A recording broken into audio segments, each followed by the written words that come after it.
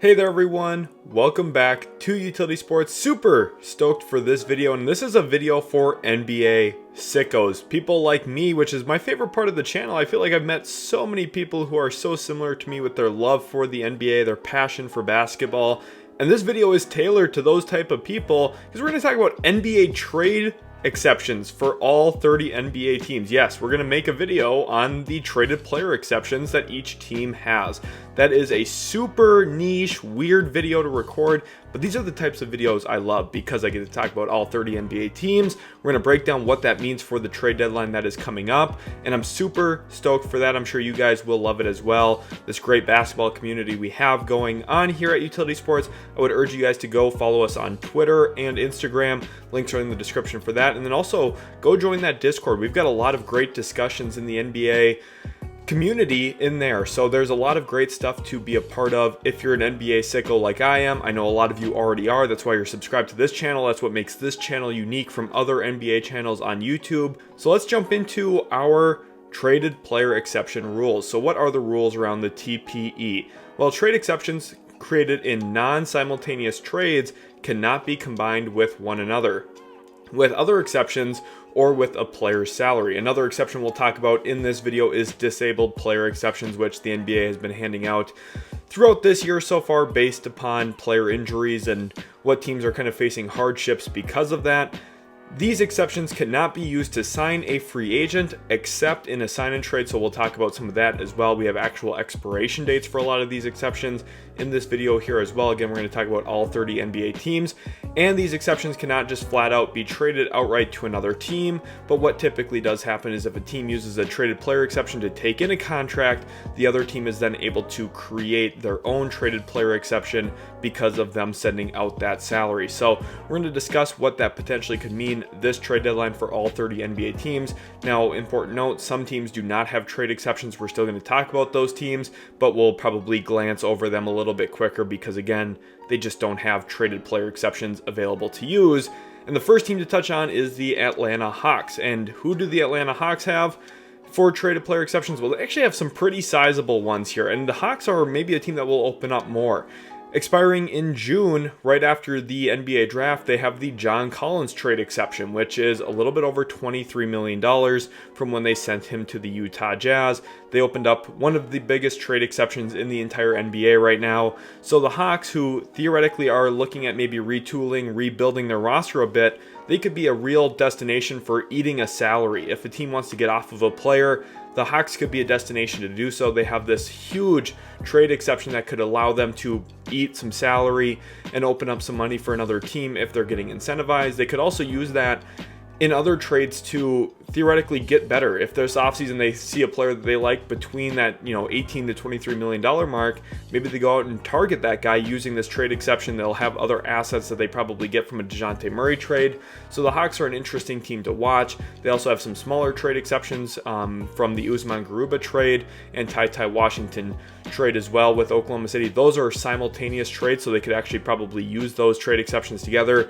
My understanding of it is a little kind of shady right now because of the new CBA. We just haven't seen a lot of teams using these trade exceptions yet with the new lingo from the brand new CBA that was signed this past season. So we're looking at kind of a brand new landscape around this a little bit. There's a few things that I still have to figure out, and we're going to learn that this trade deadline specifically. But my current understanding is that Garuba and Washington Jr. trade exception could be put together to about $5 million or so, maybe $4.9 million if you're doing the math on that, because they were simultaneous trades to the Oklahoma City Thunder. That John Collins one, though, cannot be traded, cannot be combined, with the Usman Garuba and Ty Washington trade exceptions.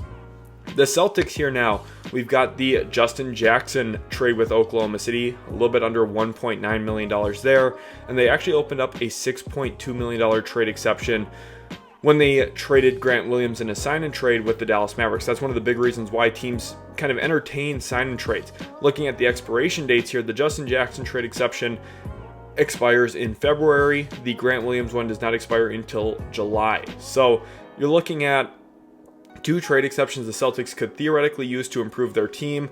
Now, it is important to note with where they are in the luxury tax currently that each dollar that they bring in, they're going to be taxed at, about $3 to $4 more. So a $6 million player brought in is going to actually really cost the owner about $24 million on contract. So that's something that you have to balance as a general manager. And when you're in Brad Stevens' shoes, how much does that $6 million player help us? Does that help us get closer to the title?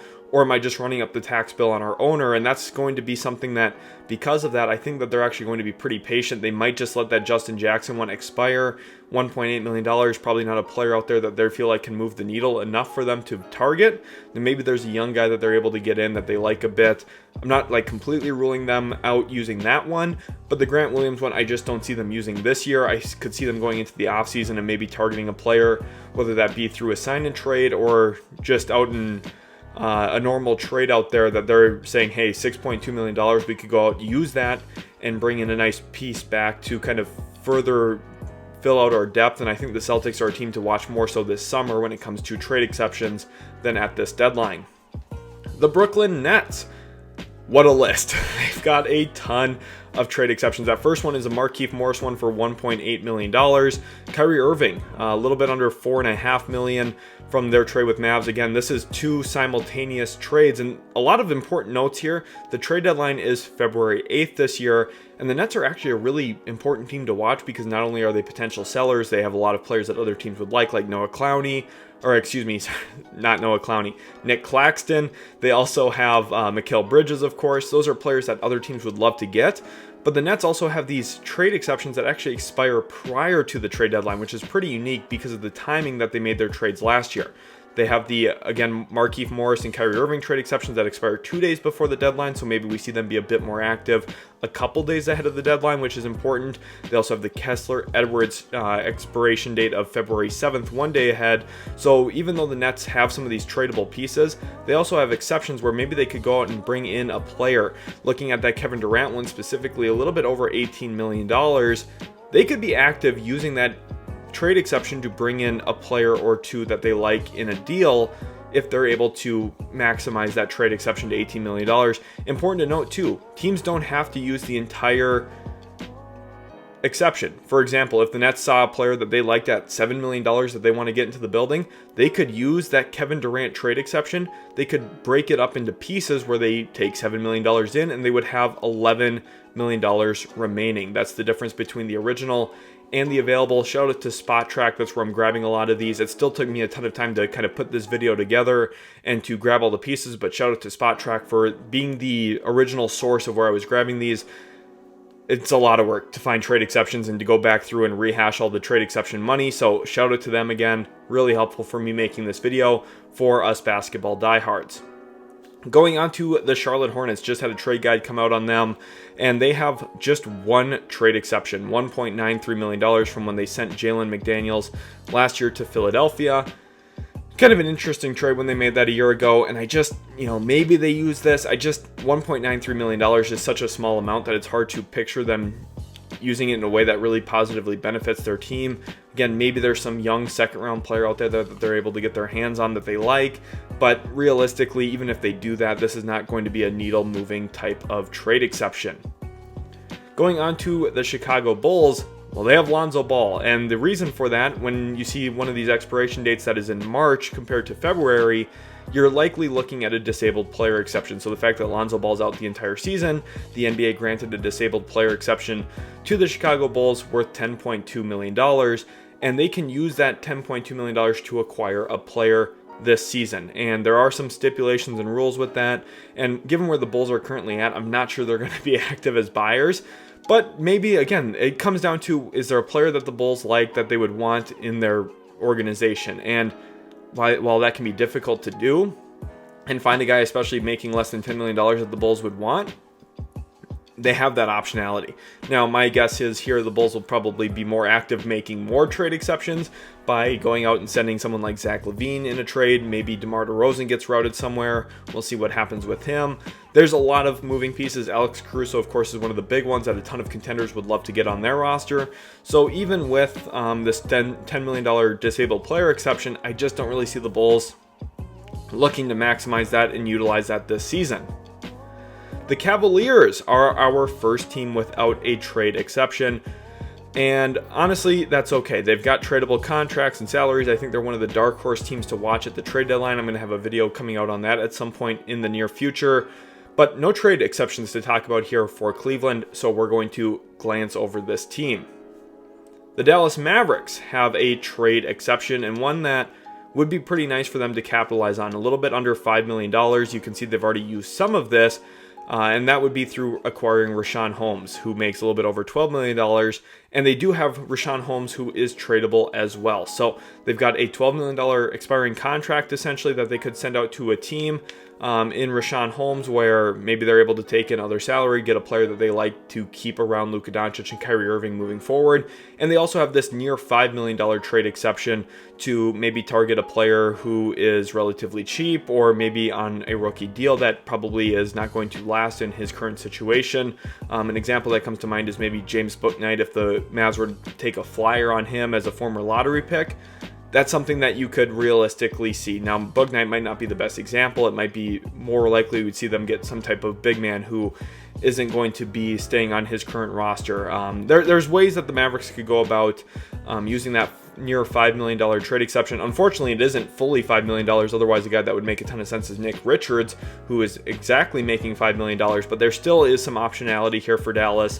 Nonetheless, if they're able to use this trade exception, send out a few second-round picks, or who knows, maybe that 2027 first. I don't think they should do that, especially not in a $5 million move, but we'll see what they do. But it is important to note they have this at their disposal going forward. The Denver Nuggets have 3 trade exceptions, although they are all very, very small, and they are not usable together. One of them is a disabled player exception, Vlatko Cancar, who obviously got hurt during the World Cup in the offseason. Then they have trade exceptions of Bones Highland and Devon Reed. Again, non-simultaneous trades. They can't combine these together. But maybe there's players out there on minimum contracts that the Nuggets are like, hey, this could help us a little bit. Last year, one player that they targeted was getting Thomas Bryant from the Lakers. Now, he didn't end up playing a big role for them. I don't even believe that they used a trade exception to get him, but a player like that, cheap contract, maybe it's a depth piece that is their 9th or 10th guy on the roster. That's something we could see the Denver Nuggets look to use these trade exceptions on, and notably they all expire this season. The Detroit Pistons here now. They do have a trade exception, one that they just recently created by trading Marvin Bagley to the Washington Wizards. It is nearly $6 million. I just don't really know the benefit for Detroit taking on salary this year. Importantly, this does not expire until January 14th of 2025. So they've got a long time. They could use it throughout free agency. They could use it on draft night. They could use it into next season ahead of the trade deadline next year. I think for them, they're going to be patient when it comes to this trade exception. I don't see any reason for them to use it this year. It's a lost season already. Now there's rumors floating out about interest in DeJounte Murray. So you never really know what Troy Weaver's got up his sleeve. He's one of the craziest GMs in the league, honestly, when it comes to a decision-making standpoint. He's very difficult to predict sometimes when it comes to what he targets. Like, he's someone who, throughout the course of his tenure in Detroit, he has made a bunch of trades for former lottery picks. Players like Kevin Knox come to mind. As an example, a player like Marvin Bagley himself comes to mind for me. Like, you never know. If there's some player who hasn't worked so far in the league that Detroit can get their hands on who makes less than $5.7 million, Troy Weaver's probably going to be in on it because of this trade exception. So he's hard to predict. For me, I don't think that they should use it. I don't think they should worry about that right now this season. They should use it going into the offseason maybe, but you never know. Troy Weaver's pretty crazy, and he likes former lottery picks. He likes guys who haven't worked in their first situation so that they also cannot work in this situation. That's what they try. Not sure it's going to end up panning out for them, but I could see them using it, although I wouldn't recommend it myself. The Golden State Warriors, they have 2 trade exceptions, although both of them are very small. The Wiseman one, $1.3 million, almost impossible to get somebody with that trade exception. And then the Patrick Baldwin one, who they traded this offseason to Washington, his does not expire until July. It is a little bit over $2.3 million. Not a terrible trade exception to have on your hands. But one really important thing, with the Warriors being so far up against the tax, they're way into the repeater tax as well. A trade for a $2.3 million player for Golden State will cost them almost $10 million. So what $2.3 million player is available that they could easily acquire? that is worth costing the owner $10 million to improve their odds of winning this year? And I just don't really know if there's an answer for that out there. So I think because of that, Golden State probably lets the Wiseman trade exception expire, and I think they hold on to that Baldwin Jr. one until July this summer. The Houston Rockets, what do they have to work with? It's a Kevin Porter Jr. trade exception after they salary dumped him to Oklahoma City in what was a brilliant move for both sides. The Thunder got a little bit of draft compensation. The Rockets got rid of a bad player and a player who wasn't supposed to be on their roster after his off-the-court issues. Very glad for Houston that he is no longer there. They're much better without him, which is what I've been saying for the last 3 years. Hopefully Rockets fans finally believe me, and well, look at this. After trading him, they also opened up this trade exception, $4.5 million, and I think Houston is a team that could actually maybe utilize that. If they find a way to maybe salary dump Jock Landale somewhere, maybe they trade Jae'Sean Tate, they're a team that if they package their stuff up, maybe they could make like a package combination move where they go get someone like Mikal Bridges or a center like Daniel Gafford, or maybe Nick Richards could be another example. Feel like I just keep bringing up Charlotte Hornets in this video. Nonetheless, I think that they're at a spot where they could realistically package some of their other salaries, other pieces who maybe are playing right now but aren't playing super well, or are maybe just even out of the rotation in general, to kind of reconfigure this roster. And then maybe they look at it and say, what player at $4.5 million or below could maybe find a small bit of rotation minutes for us after we make this trade where we send out 2 or 3 players for one. You know, you maybe replenish your depth a little bit so that you're not a little too reliant on Amen Thompson and Cam Whitmore during their rookie seasons, although I would say both of them have been relatively brilliant so far early into their careers, which is what I had expected. I had both of them as top 10 players in this draft, and I've been very, very happy to see how they've performed so far. The Rockets are in a great situation moving forward. I've loved everything I've seen coming out of Houston for the most part this year, especially on the defensive end. Alperen Şengün looks like an all-star caliber big man and will be for the foreseeable future. They're in a great situation. They have flexibility here with this trade exception. If they trade for a guy this year, I could understand it because they're maybe looking to make a push into the play-in or even make a playoff spot possibly. They're kind of on the outside looking in right now of the playoffs, but who knows? If you get into the play-in, there's a chance you make it. So we'll see what happens with Houston. It's also important to note they could hold on to this trade exception, push it through into the offseason, and then maybe target something from there, which, again, I wouldn't fault them for doing it that way either. The Indiana Pacers, one of the few teams who does not have a trade exception. They've already made their big trade, though, centered around Pascal Siakam, and maybe they're not done. They have Jarris Walker, Benedict Mathurin. They have more draft picks that they could trade. This team is already super deep, and one thing I'll say about it, this is one of the few teams in the league that really doesn't need a trade exception. They've got a bunch of good players on good contracts. Aaron Nesmith's on one of the better contracts in the NBA. Jalen Smith making $5 million. That's a super good contract. The Pacers are in a great spot. They have a bunch of tradable assets, tradable players that teams would want on their contracts as currently built. And because of that, you don't really need a trade exception to get something done. You have this, kind of combination of salaries that you could aggregate together to go get somebody like a Mikal Bridges, who I would love to see with the Indiana Pacers, or other players in general. There's a bunch of different pieces out there that I think could help Indiana. They do have Buddy Hield's salary as well. If they want to do something big, get a player around $25-30 million, they could easily get to that money mark as well. Trade exceptions just not in the cards for the Pacers, but that's okay. They don't need it with their current collection of assets. The LA Clippers. This team has a couple of trade exceptions, but this is about as useless as they come. The Reggie Jackson one expires in February, right after the trade deadline. They have $200,000 of a trade exception there. That does you no good. They're not going to be able to use that for anything. They've already used up $1.93 million of it when they acquired Kenyon Martin Jr. this offseason in that Reggie Jackson trade exception. And to be honest, that ended up working out pretty well because that helped them get James Harden in a trade by attaching KJ Martin's contract. So you're already looking at a good step in the right direction for the Clippers, just given the fact that they were already able to utilize that piece of KJ Martin in a different trade. And then the Filip Petrusev one, you're looking at $600,000 or less of actual available trade exception there. Again, that's not going to really do you any good in the market, so that's okay. They'll let both of these expire, doesn't matter. And honestly, taking in any contracts here with how far the Clippers are into the tax, again, it's just you're making Steve Ballmer pay more money for really no meaningful upgrade, even if they were to try to find ways to utilize these, which again, there's not really any way to do so. So again, the trade exception is just not a big deal here for the Clippers. They have salaries that they could use instead, like maybe a PJ Tucker. The Lakers have some useful trade exceptions. Now, it's important to note the Lakers are actually just $1.2 million over the luxury tax. So if they were to theoretically trade someone like D'Angelo Russell and Jalen Hood-Schifino in a deal for someone, say, I don't know, maybe DeJounte Murray, it's possible that they could get below the tax, and then they would want to avoid using these trade exceptions to go into the tax, because with the way that things are currently looking, if you're in the tax, you're going to have to pay out money to the league, and if you're under the tax, you're going to get a $14 million check from the league based on how much other teams are spending, like the Clippers, the Warriors, the Bucks, and Celtics, for example. So because of that, the Lakers are in a spot where you don't want to probably be in the tax if you can duck it, so we'll see if they do that. But in case they do feel like there are meaningful upgrades out there, maybe some shooters who could help them, they have some trade exceptions to work with. They traded Beverly last year to Orlando, opened up a $2.7 million exception. They traded Damian Jones, JTA. Those are simultaneous ones. They could combine those together, a little bit over $4 million. Not sure how useful that will be for them, though. And they also have Thomas Bryant. Again, you see last year the Lakers were active on the day of the trade deadline.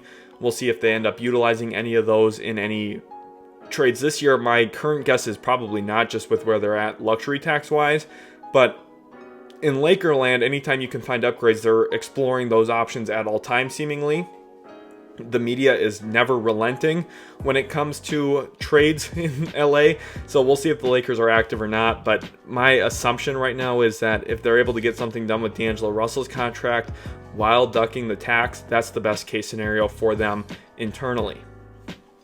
The Memphis Grizzlies have 2 disabled player exceptions and 1 pretty sizable trade exception. They got a disabled player exception for Steven Adams, who missed the entire year. They now have a disabled player exception for John Morant, who missed the entire season. And they have Dylan Brooks' trade exception from when they traded him in a sign and trade this offseason with the Houston Rockets. So when you're looking at these, what could they do? I think the best thing for Memphis is if you're making any type of trade, it has nothing to do with this season. So disabled player exceptions are a little tricky that way with some of the rules and stipulations behind them. But if they're able to find players who they feel like they could keep long term and players who could help them build around John Morant and Jaren Jackson Jr. and Desmond Bane going around, that's what you'd want to use those disabled player exceptions for.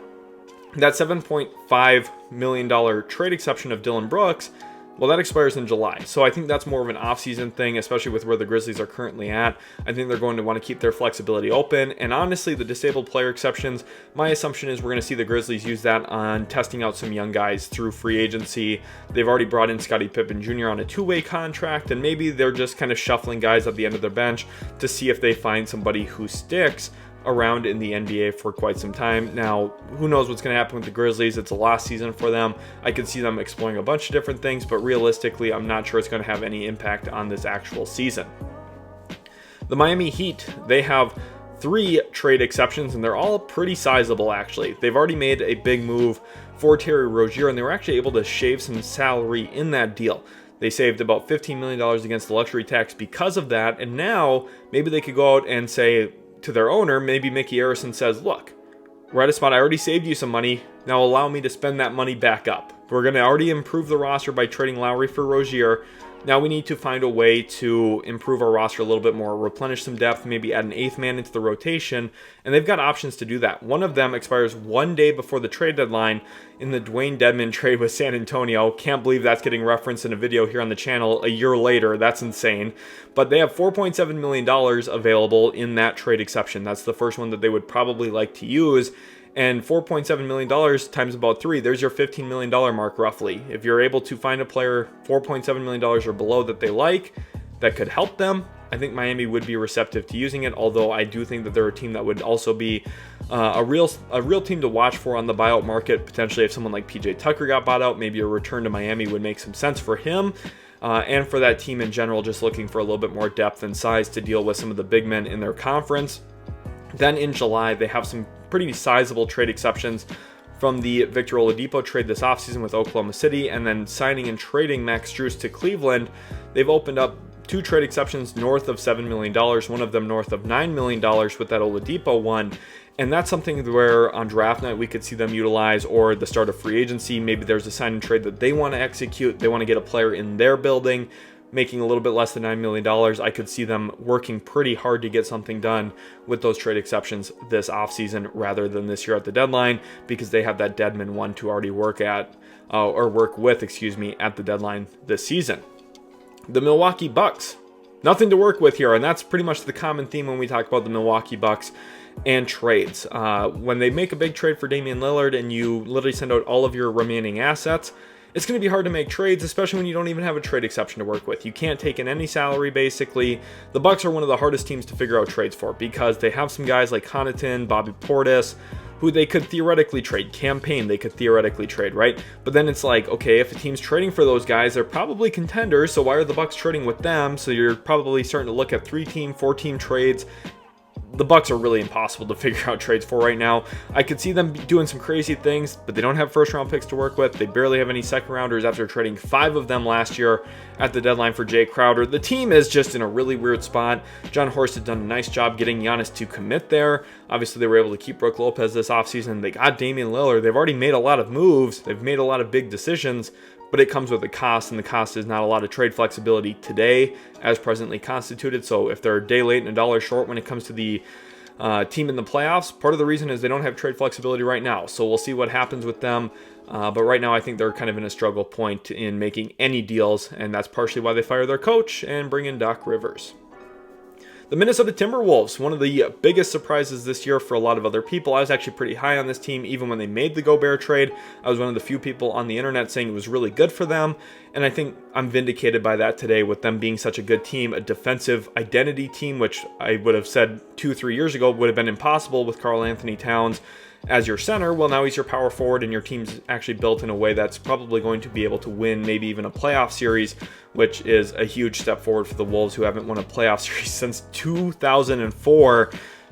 And they have a trade exception to work with. Now, I don't think that they really use this trade exception unless they dump salary somewhere else, because they're currently a little bit over $2 million away from the luxury tax. So if they were to utilize this D'Angelo Russell trade exception that they opened last year in the 3-team deal between the Jazz, Lakers, and Wolves, if they were to utilize that, they would actually go into the tax. And you might say, well, they're a contender. That would be something worth doing. I don't think that's going to be the direction that they go. And I have pretty good intel on this organization. For those of you who know, you'll understand exactly why. I just don't see any way that they do that. Next year, they have Anthony Edwards' rookie extension kicking in. They have Jaden McDaniels' rookie extension kicking in. And with that, they're a team that's going to be hovering around the second apron.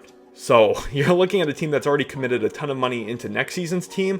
So if they go into the tax this year, it kind of creates more kind of concerns about their revenue flow for their new ownership with Mark Lowry and Alex Rodriguez, as well as trying to figure out some of their, repeater tax situations that might become problematic down the road as Cat's Supermax contract really kicks in. They have to figure out Gobert's contract status long term. And again, you have 2 guys on rookie max extensions, but rookie extensions. One of them's a rookie max, and you have to figure out how to balance that while still putting out a competitive roster.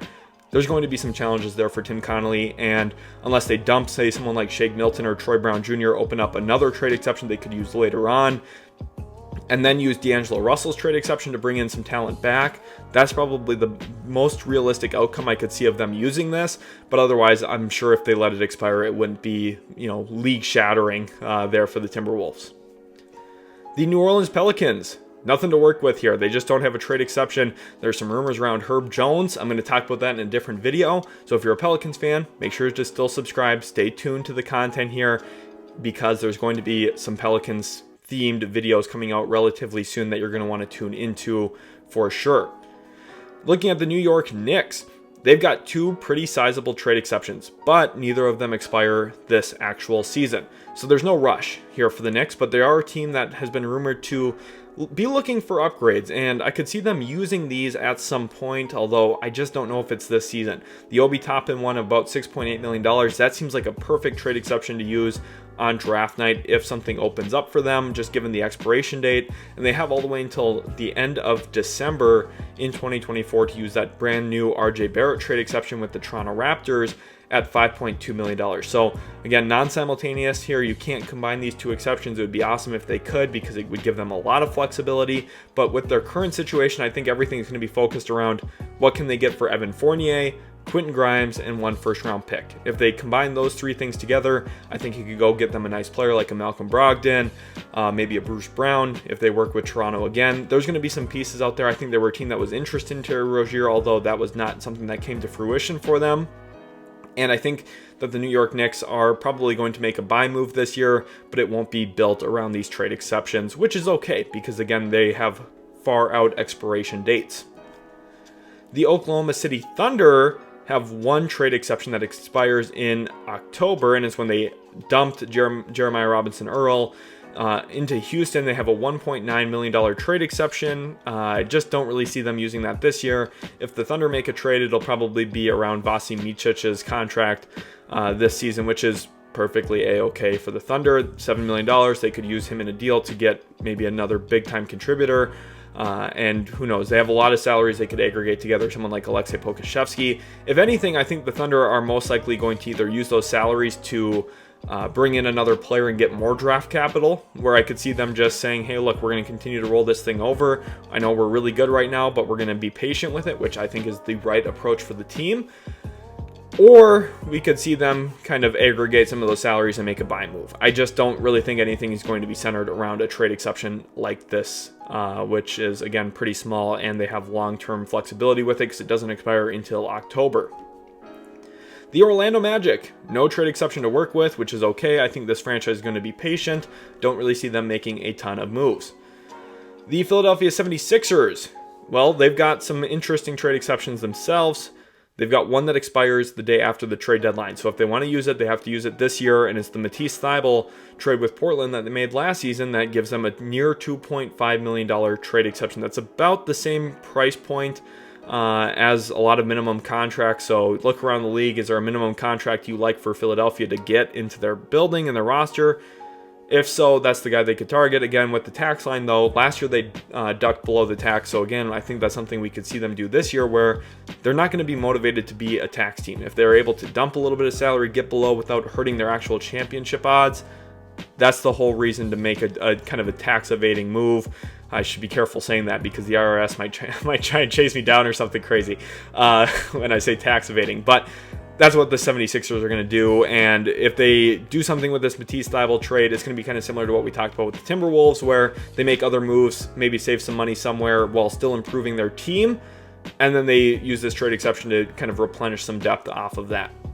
They have the other big trade exception, the James Harden one that they made with the Los Angeles Clippers, and that Petrusev one is actually able to be combined with it from my current understanding. So really you're looking at a little bit over $7 million there, which is a pretty sizable contract and something I could see them using in the offseason. On top of their current projected cap space, the Sixers have a little bit of trade flexibility this offseason as well because of that. The Phoenix Suns, looking at this team, very interesting collection of trade exceptions here. They have the Dario Saric trade exception that expires the day after the trade deadline. I would most certainly expect to see them use that. I know that they're very far into the tax right now. I've been kind of hesitant saying like teams like the Warriors and stuff would want to run up their tax bill.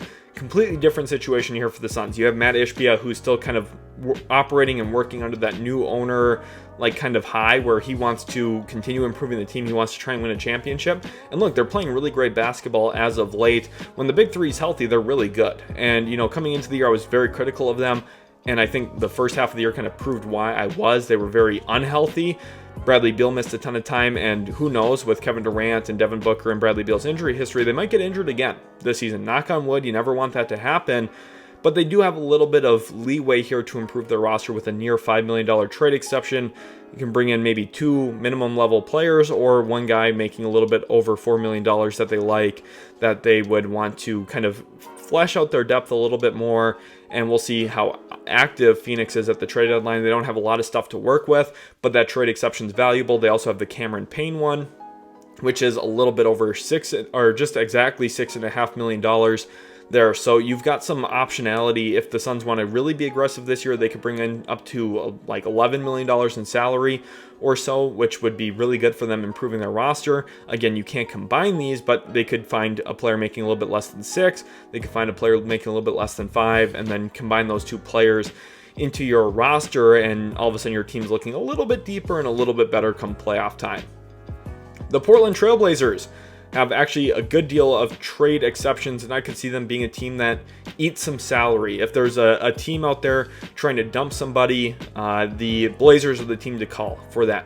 An example for me would be the Boston Celtics. If the Boston Celtics are trying to dump somebody, specifically Steve Mikhailuk, who I think will be traded this deadline in like kind of a salary saving move for the Celtics because it's not going to hurt their championship odds while still saving their ownership a little bit of money. The Blazers are a team that will happily eat that salary using the Josh Hart trade exception. They can take in 1.5. They can take in up to $8.3 million from the Gary Payton one. So the Blazers probably are going to call these teams and say, look, we have these trade exceptions. We don't have to send you any salary back. We can eat some of your salary. Just give us a second round pick or give us, some cash. Give us this, that, or the other thing. And this year is actually a great year to do that because this is the final year that teams in the aprons can actually use cash in trades. So that's super important. If a team wants to get off of some money, teams like the Blazers, rebuilding teams that have some of these trade exceptions available, should be probably making calls and saying, hey, we'll help you out. Just give us a little bit of draft compensation. Give us some cash. Let's make our owner a little bit happier here while we're still helping you out and making your owner happy as well. They've got some really sizable ones that I could see them using later on. They've got the disabled player exception of Robert Williams III. The Blazers have a lot to work with here, actually, from trade exception standpoint. That's kind of the product of making a lot of trades. That's kind of the product of starting a rebuild. You'll end up seeing trade exception lists like this for teams that are doing that. And maybe, just maybe, the Blazers will be able to help out some other contenders again this year and get compensated for it. The Sacramento Kings. Nothing to work with here. That's okay. The Kings have other tradable pieces. They've got some smallish salaries that I could see them combining together. Maybe something around Vezenkov, something around Davion Mitchell. Obviously, Harrison Barnes is perennially on the trade block, seemingly. So the Kings, they have some stuff to work with via trade. It's just not in the trade exception department. The San Antonio Spurs have Charles Bassey's disabled player exception, $1.3 million. This is something that they're going to use to fill out a 15th guy in the roster. So this is not something that trade-wise we're going to see San Antonio being very active with, I don't think, this season, which is okay. I mean, the Spurs aren't very good. Victor Wembanyama is elite. The rest of the roster, I mean, there's still a lot of work in progress. I still am a big believer in Devin Vassell. I think that kid's really, really good. But outside of those two guys, I mean, they're still building up the roster. They're still in the very early stages of a rebuild. But who knows? We could see San Antonio be active this trade deadline for someone who maybe used to play point guard for them, which I would be pretty fascinated to see if that comes to fruition. Although my current expectation is DeJounte Murray's a Laker after the trade deadline. The Toronto Raptors. Precious Achiuwa has a $1.3 million trade exception. The Raptors actually used part of that to get Jordan Nwara's contract, which is, again, perfectly fine. And because of that, the fact that they were able to break that up and take in his contract using that Achiuwa trade exception, they were actually able to set up a situation that they opened up over $10 million in a trade exception for Pascal Siakam. With the Raptors' current situation, maybe Bruce Brown gets traded. We'll see what happens. The Raptors have been already very active, making the Siakam and OG Anunoby trades, which has been really, really good for them. They're now in a spot where I don't really know if they use that Siakam trade exception until this offseason or next season in early January. So we're going to have a little bit of time here before I really think Toronto maximizes that $10 million trade exception for Pascal, which is perfectly fine. It could be really good in getting something done in a sign and trade this summer. So Raptors fans, you got to be pretty happy about that. That's actually a pretty good lump sum of money. Again, remember, we started this video talking about John Collins' $23 million trade exception and how massive that is.